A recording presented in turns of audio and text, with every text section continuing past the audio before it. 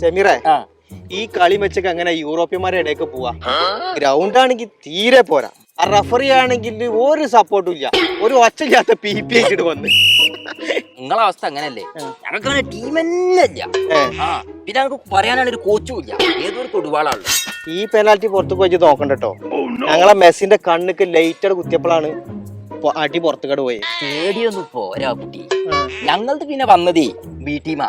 ഞങ്ങളെ എ ടീമാണ് കളിച്ചാൻ വന്നീന്ന് വെച്ച് കഴിഞ്ഞാല് പറക്കും. ആ കാലാവസ്ഥ ഭയങ്കര തണുപ്പാണല്ലോ. പറക്കും. സമീറേ, അപ്പൊ നിങ്ങൾ രണ്ടാളെ നമ്മള് കാണാൻ നിക്കണേ. ആ കുഞ്ഞാണി വരുന്നുണ്ട്. അപ്പൊ ഫ്രാൻസിന്റെ ആളാ. ഓനിപ്പോ എന്താ പറയാവോ? അവിടെ ഞമ്മക്ക് കൊറേ കപ്പുണ്ട്. അതുകൊണ്ട് ഇപ്പൊ പുതിയ കപ്പ് കിട്ടിയ സോക്കേസിൽ വെക്കാൻ സ്ഥലമില്ലാന്ന് പറഞ്ഞാൽ ആ കാര്യത്തിൽ നമ്മൾ ഒറ്റക്കെട്ടാ. ആ കുട്ടി ഈ കോഴിക്കോട് കാപ്പാട്ടിക്കൊന്ന് വിളിച്ചു നോക്ക്. ചിലപ്പോ മെസ്സിന്റെ പെനാൽറ്റിയുടെ ഗോളായിണ്ടോ. ഇതേ ഒമാൻക്കൊന്ന് വിളിച്ചു നോക്ക്. ചിലപ്പോ അവിടെ നാളെ കളി. ചിലപ്പോ നാളെ ജയിച്ചാലോ. പെനാൽറ്റി ഒക്കെ വാണം വിട്ട് അടിച്ചാണ്ട് കുത്തന്ന് ചലക്കുക രണ്ടാളും. അതിന് വേണം നമ്മളെ എംബാപ്പെ ഫ്രാൻസ്. നമ്മക്ക് ഇനി അടുത്ത വേൾഡ് കപ്പിൽ നോക്കാം.